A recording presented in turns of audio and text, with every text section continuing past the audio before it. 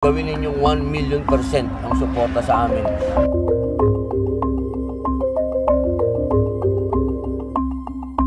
Ito kasing project na ito para sa lahat ng Muslim, part of faith natin.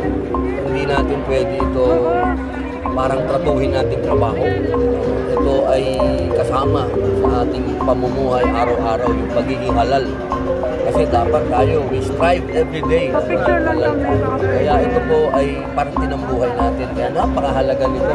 Katulad ngayon, kahit galing ako sa medical check-up, umalis sandali, babalik doon. Kasi para sa akin may reward po. Kaya nagpapasalamat tayo sa lahat ng nasa gobyerno. Kasi tinutulungan nila tayo.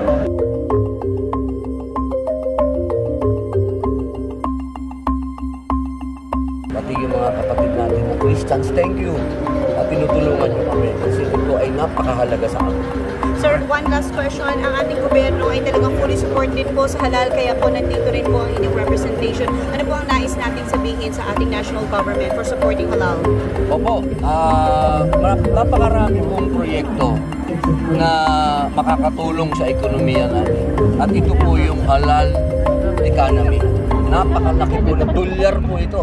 Kaya tayo po ay nagpapasalamat sa gobyerno at sila po ay nakasuporta sa atin. Ang hinihingi lang po natin, sana imbis na 100% gawin ninyong 1,000,000% ang suporta sa amin.